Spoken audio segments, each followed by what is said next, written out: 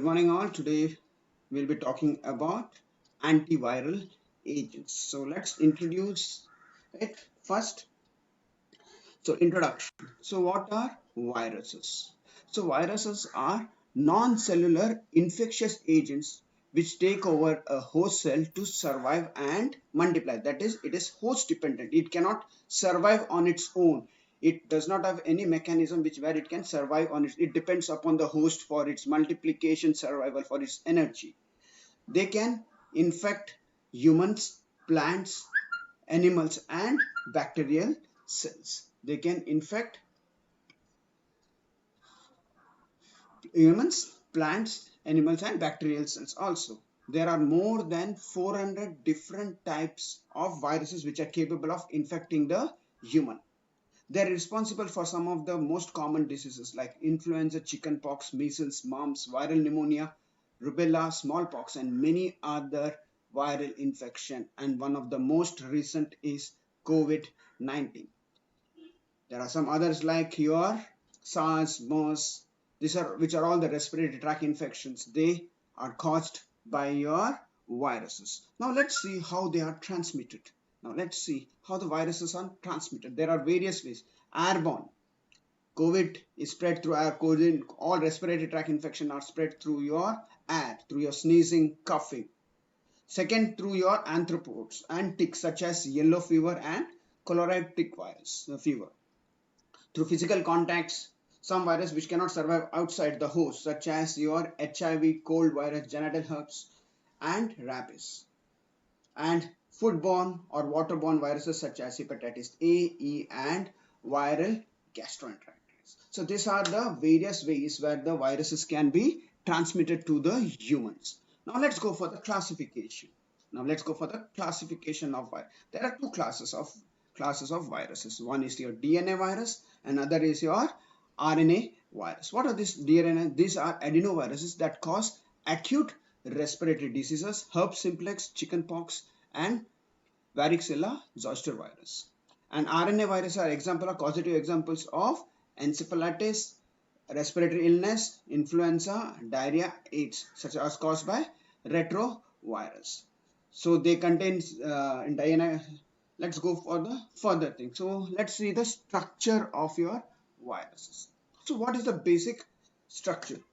So they can be classified, as I said, as a DNA virus which contains a single or double stranded DNA. And as I said, second class of virus is RNA which contains a single stranded RNA. But sometimes they might be double stranded also. Mostly RNAs are single stranded. They contain a nucleic acid and which is protected by a protein coat called your capsid. Whereas in case of coronavirus, it contains a crown, okay, which contains a crown protein, which acts as a sensor, okay. The capsid contains your nucleic acid called nucleocapsid, which everything which is included within the capsid is known as nucleocapsid, and the whole structure of virus is known as viron. The form of the virus that takes when it is outside the host cell, okay. So they will form a protective coating so that it does not get affected, and this is used for your attachment in the host. So let's go for the transmission of the viruses. Let's go for how the virus attacks the host. So they contain GP125 on the surface of HIV. On the surface of HIV attacks the CD4 and one or two co-receptors on the surface of the CD4 cells. So CD4 cells contains your GP20 receptor glycoprotein where the particular viruses bind. So it contains a receptor where which they can associate. They contain a GP120 glycoproteins which bind to the CD4 receptors in your T cells. Okay. Once they get attached, what does this mean? So next step, second thing, the viral gets the contents of it dissolves. The virus gets dissolved, and the contents of the viruses, your cellular contents of the viruses, gets into the cell by endocytosis. And next thing, once the material comes with the help of enzyme reverse transcriptase catalyze the synthesis of the copy of, they break open, okay, and this DNA copy of the viral RNA are, and the second synthesis of DNA strands complementary to the first is done with the help of reverse transcriptase enzymes. Okay, this is the most important.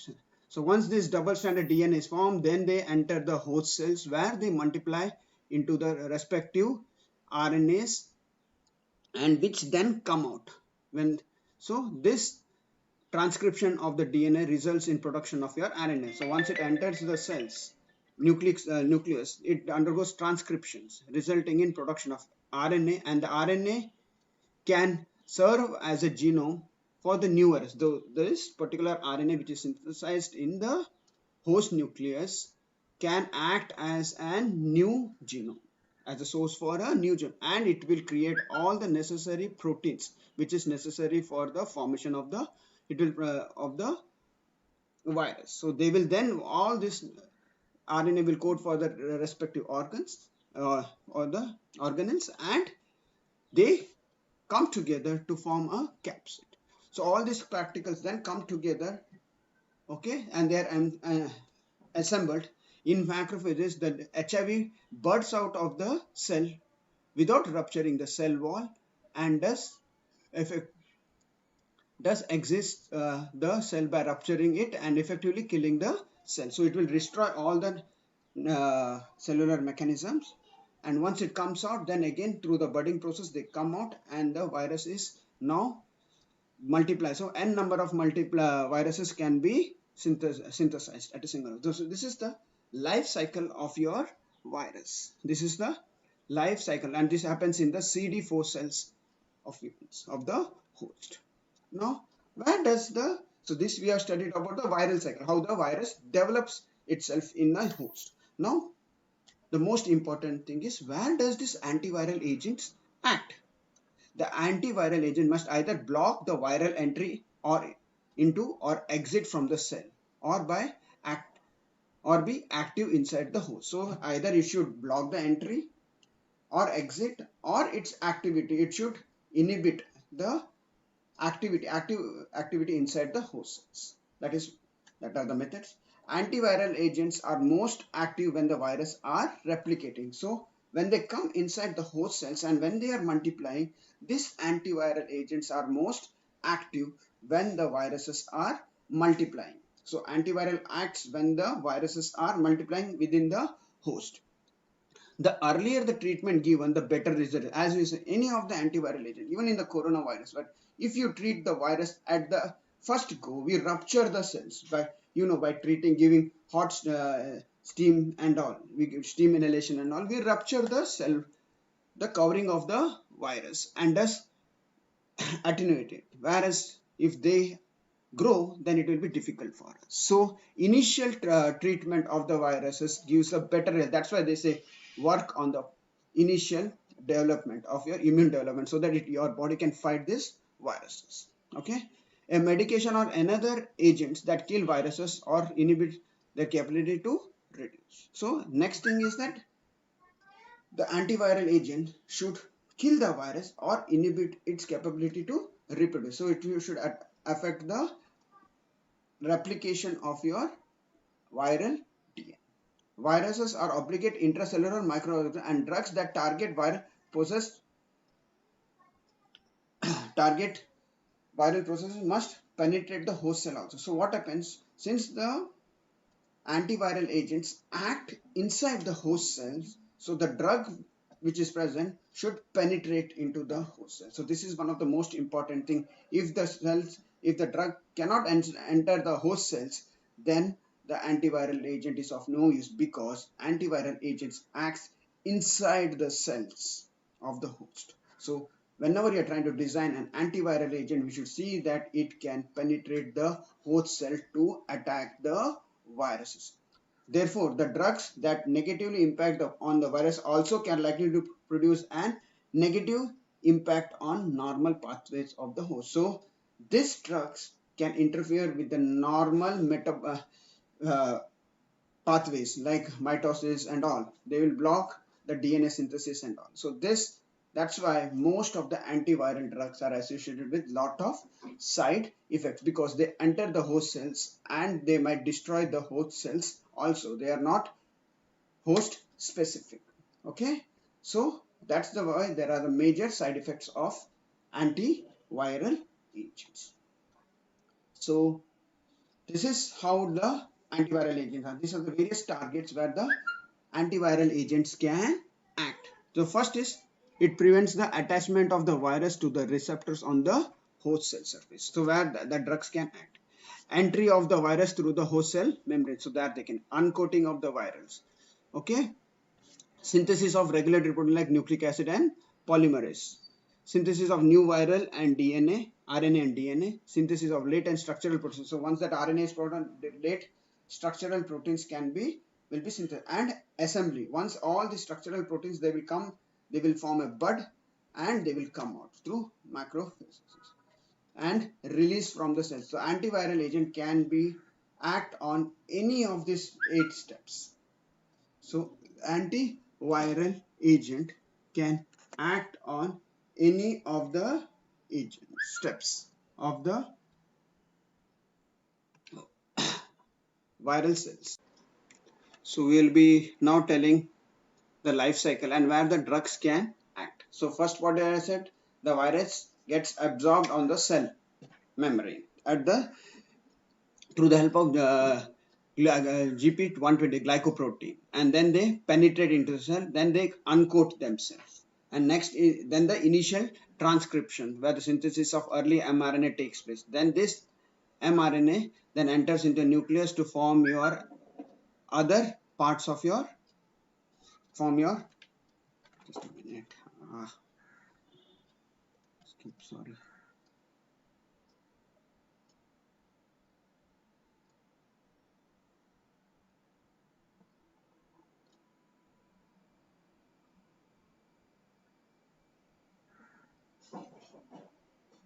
So the virus, okay,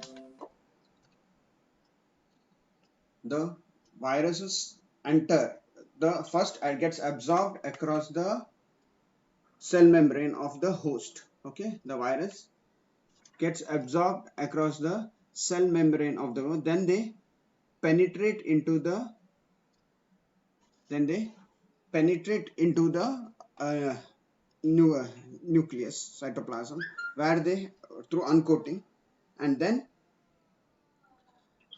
the early transcription takes place. The early transcription takes place. The early transcription takes place.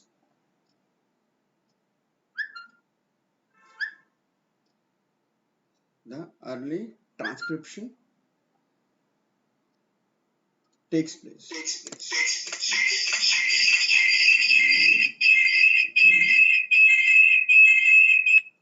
Okay, and then they assemble themselves and they come out as they condense and they assemble out and they are released by budding of process. So this is the life cycle of your virus. So now let's go for the classification of your antiviral agent. So according to the types of virus, so if there is an anti-herpes virus, then examples are acyclovir, famiclovir, ganciclovir, valciclovir, and hydroxyuridine and foxcarnate. Antiretrovirus are nucleoside reverse translation inhibitors, NRTS. So these things are very important. So lamivudine, tenofovir, zidovudine, and zalcitinib. Okay, non-nucleoside reverse translation inhibitors like nevirapine, iverapine, and delavirdine. So these are the example of non-nucleoside reverse transcriptase inhibitor.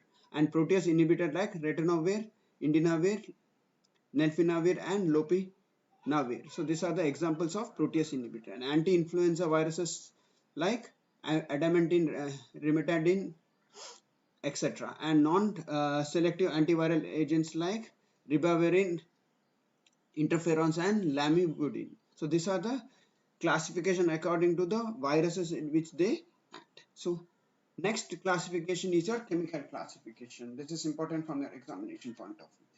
So First is purine nucleoside and its nucleotide antagonist. Example is ribavirin and cyclovir. Pyrimidine nucleoside and nucleotide antagonist like hydroxyurea. Thiosemicarbazone units like methazone. Adamantine amines like adamantane. Interferons alpha and methionine like sumarin and ketoxol. Okay, these are the classification of your antiviral agents. Now let's see the mechanism of action where the drugs act. Okay, the drug which inhibit the entry viral attachment. So examples are your eflunamide, doxonol, and palivirazumab. This is an antibody treatment. Okay. Then there are other examples which then penetration. Then your nucleic acid synthesis is blocked by your cyclovir and other non-nucleoside antiviral agents. Okay. So these are the various sites where the drugs can be acted upon. So where the drugs. So through this we can come to know where the drugs can act. So this is whether it will act on the penetration attachment of the drug, that is adamantine and all, penetration of the drug where the drugs can interference effect on the penetration process is blocked. Then uncoating, there are some drugs ranitidine, adamantine, they prevent the uncoating.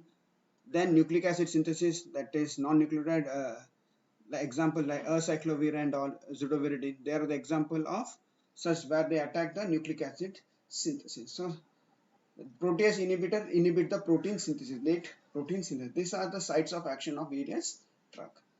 So now let's go for the first class of drug, that is nucleoside analogues. So that is nucleoside analog. They have close structural similarity with that of your natural metabolites. So natural metabolites like your thymidine, adenine, guanine, cytosine. So they have structural similarity to the natural metabolites. They are designed via structural modification of these natural metabolites. That's why they are called as anti-metabolites.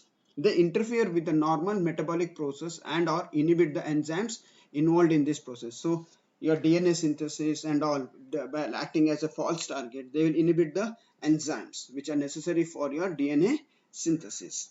Okay, precursors, and considered as a bioprecursor prodrug as they have to be activated. So they all these drugs, they act as a prodrug because once they enter into your body, that is in vivo, they get converted into its active form. As such, they have no activity, but once they go into your body, they get converted into its activated form, basically through phosphorylation inside the infected site. So these drugs are non nucleoside, that is not phosphorylated. So once they get into the host, they get phosphorylated and gets converted into your nucleotides and then show their antiviral effect. The main mechanism of action involves inhibition of viral DNA synthesis by inhibiting DNA polymerase enzymes or by incorporating itself into the DNA chains, impairing its elongation. They can be either pyrimidine or purine analogues. They can be chemically, they are either pyrimidine or purine analog. Now the first example of this drug is a cyclovir. The first example of this drug is a cyclovir. So it's an purine analog. It's an purine analog. It's an purine analog. This is an purine. What do you mean by purines? Purine is nothing but an pyrimidine which is fused to your imidazole ring. Pyrimidine is nothing but your pyrimidine molecule which is fused to your imidazole molecule. Okay. So let's first example is your acyclovir. So the structure of acyclovir, first you have to draw.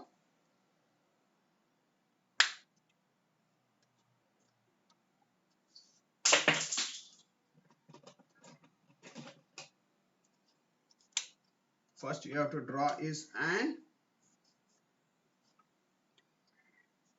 pyrimidine ring. Okay. This is with an carbonyl and an NH2. So NH, this is fused to an imidazole. Okay. Now this N is connected to, what is it over here? Methoxy, ethoxy, methyl group. This is connected to methanol. This is connected to methoxy ethanol. Okay. So there is a methoxy group which is then connected to an ethanol. So this is the structure of your cyclovir. This is the structure of your cyclovir. This is the structure of your cyclovir. So how do you draw the structure of cyclovir? How do you draw the structure of cyclovir? Okay. First, draw a pyrimidine with a carbonyl and an NH2. So double bond NH. This is then fused to an imidazole. So I'll just show it down so that it is easier. So this is connected to methoxy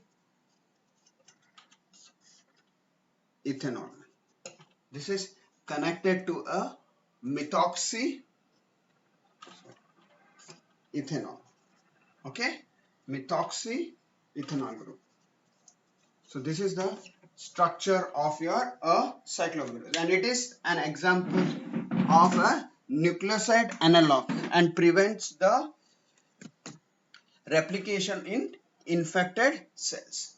They are an example of an purine antagonist, and they antagonize guanine. They antagonize guanine nucleotide. Okay, there are three major mechanisms of action. They inhibit the viral DNA polymerase. They inhibit the tubulin polymerization, which is necessary during your mitosis, and they act as an antisense which blocks the translation of your viral DNA. So these are the various three mechanisms with which they act. So if you see the structure over there, the structure, it is similar to your deoxyguanosine. They are structurally similar to your deoxyguanosine nucleoside. Okay. So once they enter into your body, the acyclovir gets converted into your acyclovir phosphate by thymidine human. They get converted to your acyclovir phosphate by your virus thymidine kinase, and through then this phosphate can be converted into your human enzymes to your acyclovir triphosphate, and this will inhibit your DNA polymerase enzymes, and also it will lead to your incorporation into your viral DNA, and blocks your viral synthesis. So this is how the acyclovir acts. So basically it gets converted into your triphosphate, which prevents the DNA replication by two ways. They can bind to DNA polymerase instead of deoxyguanosine triphosphate. Your acyclovir triphosphate gets added to your DNA polymerase enzymes in your viruses. They can be incorporated, or they can be incorporated into your growing DNA chain. This leads to discontinuation of chain extension due to the absence of your 3-hydroxy group. So this is how the drug can act. This is how the drug can act. So this is the mechanism of action of your acyclovir. So acyclovir shows selective toxicity. Why it shows selective toxicity? This is very important in your examination point of view.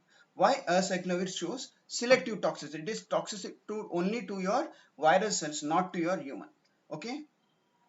As acyclovir does not inhibit DNA polymerase in normal and uninfected cell. That is one of the most important thing. The first step in phosphorylation requires viral version of your kinase, which is 100 times more active than the host enzyme. So this acyclovir gets phosphorylated by your host viral enzyme. Okay, not by your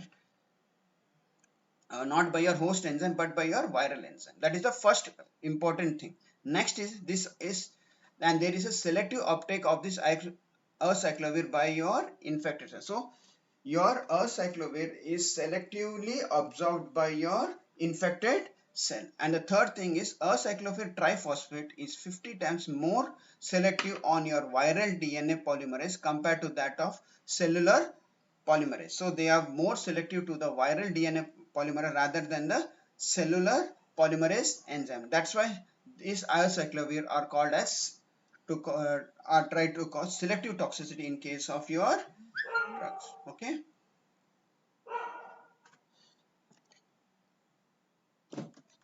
So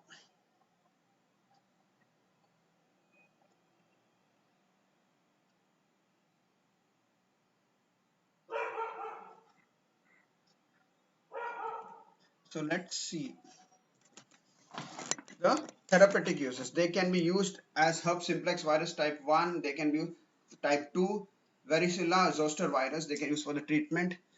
Epstein Barr virus, cytomegalovirus virus. They can be used.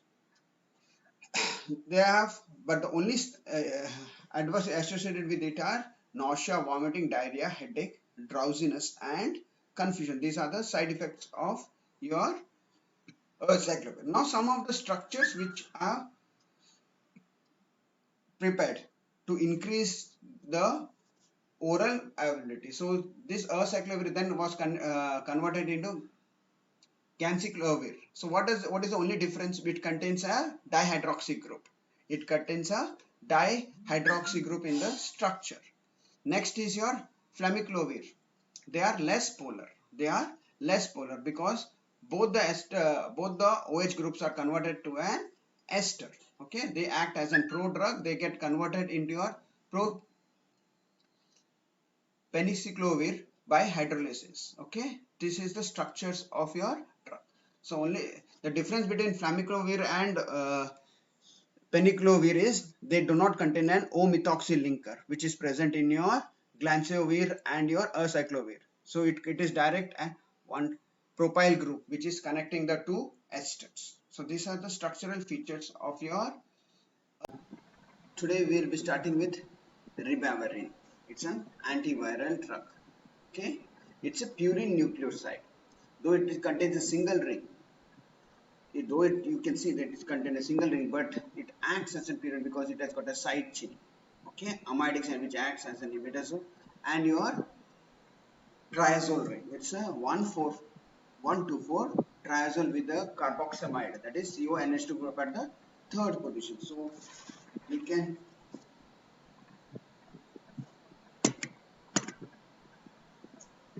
So what do you see? First you have to draw a triazole, that is 1,2,4 triazole with the carboxamide at the third position, and it contains an deoxy sugar, that is a 5-membered ring containing an oxygen with OH at the bottom and a CH2OH at the fourth carbon. Okay, CH2OH at the fourth carbon. Okay, deoxyribose sugar. Okay, this is the structure of your ribavirin. So it is an example of purine nucleoside with modified base and a D-ribose sugar. Okay, it is considered to be act as an antimetabolite that's obtained by molecular dissection of your purine base. When the purine base is modified, you get this particular ribavirin. It has got a broad spectrum antiviral activity. It is used as an aerosol in treatment of influenza A, B, and also used for the treatment of hepatitis and genital herpes. And so what is the basic structure? It contains an 1, 2, 4. You can see the structure over here. I'll be just 1, 2, 4. And at third position there is a carboxamide, that is amidic linkage. So that is known as, and it is connected to an ribose sugar, that is a 5-membered ring containing CH-OH and CH2CO and an alcohol. So this is the structure of your ribavirin. So, and it is an example of antiviral. So what is the mechanism of action? Similar to your cyclovir, ribavirin is converted by a viral or cellular kinase, that is cellular phosphatic enzyme, to your corresponding ribavirin monophosphate, which is then converted into ribavirin triphosphate, and this leads to inhibition of viral RNA polymerase. Okay, this is one of them. Again, Ribavirin inhibits your monophosphate dehydrogenase enzyme, which is necessary for conversion of inosine monophosphate to xanthine monophosphate, which in turn is necessary for your guanosine triphosphate synthesis, which are all the major components of your DNA. Thus, they inhibit your protein synthesis and DNA structure. So they get included in your DNA structure, that causes a disruption of your DNA, and thus they act as an antiviral agent. So that they act as an antimetabolite. So they can block your xanthine phosphate formation. They can, thus leads to your guanosine triphosphate, inhibits your guanosine triphosphate synthesis. Moreover, also it also inhibits this ribavirin triphosphate. They act on your RNA polymerase enzyme, viral RNA code, and thus inhibiting them. So these are all the mechanism of action of your ribavirin. So now next example is trifluoridine. So what is this trifluoridine? So basically it contains an pyrimidine ring cytosine. Okay, it is an analog of thymidine. It is an analog of thymidine. So trifluoridine is an active against DNA virus such as herpes. So what is it? It is an example of deoxy. So instead of your ribose sugar, it contains a deoxy ribose sugar attached to the structure. So you draw a pyrimidine ring with a carbonyl group at the second and the fourth position, and amino nitrogen at the first and the third. And your fifth position of your this thing contains an CF3 group, that is trifluoridine. That is it is structurally similar to your thymidine. It is structurally similar to your thymidine. So and they act against the DNA viruses. They are used as 1% sterile solution in ophthalmic to treat keratoconjunctivitis caused by herpes simplex virus. So mechanism of action: trifluoridine in presence of viral thymidase kinase, that is converted into your monophosphate. Trifluoridine monophosphate, but then through the help of cellular kinases which is present in the host, they converted into triphosphate, which acts as a substrate for DNA polymerase. Okay, this inhibition of DNA synthesis and producing of false DNA. This leads to strand breakage and miscoding errors in your RNA and protein synthesis. So once your wrong DNA synthesis, your wrong proteins will be and RNAs will be coded, and this will lead to your improper protein synthesis, which will cause the death of your viruses, which will inhibit your growth of your viruses. So this is how the mechanism of action is there. Okay, they inhibit your polymerase, DNA polymerase, and also they act as an anti-metabolite. Okay, by introduction into your DNA, thus inhibiting your DNA synthesis and producing false bases. This leads to strand breakage and miscode error in your RNAs, thus inhibiting your protein synthesis. So this is your basic mechanism of action of trifluoridine. So now next example is zidovudine, also known as AZT, also known as azidothymidyl. So it is also a thymidine. So what is thymidine? Basically it contains an pyrimidine moiety, okay, with carbonyl at the second and a methyl. The only difference between this zidovudine and your trifluoridine is that your CH3 over there is replaced by CF3 over in the trifluoridine is replaced by CH3, that is a thymidine one, and your deoxyribose sugar, the third OH, is replaced by a azido group, that is N3. Okay, the third OH group is replaced by a N3 group, that is azido group. So they act against retroviruses. They are used orally and metabolized mainly into glucuronide conjugate and metabolized basically by glucuronide conjugate because of the OH which is present. Okay, so mechanism of action again similar. They get converted by thymidine kinase to monophosphate then of your viral, means they use thymidine kinase of your viruses to form monophosphate, then thymidine kinase of cellular mechanism to form the nucleoside triphosphate. So what, and this nucleoside triphosphate act as a competitive inhibitor of normal nucleoside triphosphates of the enzyme reverse transcriptase. So they inhibit the enzyme reverse transcriptase, and also it utilized for incorporation into your proviral DNA, thus lead to the inhibition of reverse transcriptase. Reverse transcriptase is the first enzyme which acts of your uncoiling and all formation of your DNA. So this is where the zidovudine acts. So they inhibit reverse transcriptase enzyme. Next example is idoxuridine.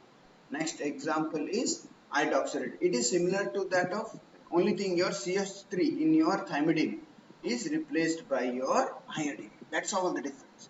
The CH3 of your thymidine is replaced by your iodine in your idoxuridine. Rest all the structure is same. Rest all the structure is same. They act as an antimetabolite for thymidine. The mechanism of action, they get incorporated into your DNA, resulting into faulty DNA which breaks down easily and synthesis of wrong viral proteins. So this is the mechanism of action of your idoxuridine. Very important. These two structures are very important. Zidovudine and idoxuridine. These are frequently asked in your exams. Okay. Now what is the mechanism? As I said, they get converted into your active triphosphate. They get phosphorylated first by your viral thymidine kinase, then by your host cells to activate active triphosphate form. The phosphorylated drug is incorporated during viral nucleic acid synthesis by false pairing system that replaces thymidine and result in chain termination. So instead of your thymidine triphosphate, your idoxuridine triphosphate is introduced, which acts as a false target, and this leads to cleavage of your DNA chain. So idoxuridine mainly used in treatment of herpes simplex and Varicella zoster infections in eye. It is being too toxic for systemic, it is only used for topical. So idoxuridine is basically used for topical application. It is not used systemic because of its high toxicity. So some of the examples of antiviral drugs are cetarbine. So it contains an adenine group. Okay. Then next is your vidarbine. It is an guanine group, so your purine analog. Then your idoxuridine, cyclovir, and ribavirin. So these are some of the examples of your antiviral agents. These are some of the examples of your antiviral agents. Okay. So please remember the structures. So the next class of drug is adamantine. So how do you draw the structure of adamantine? So adamantine is, first you draw a hexagon. If you can see, first draw the hexagon. Everybody draw with me.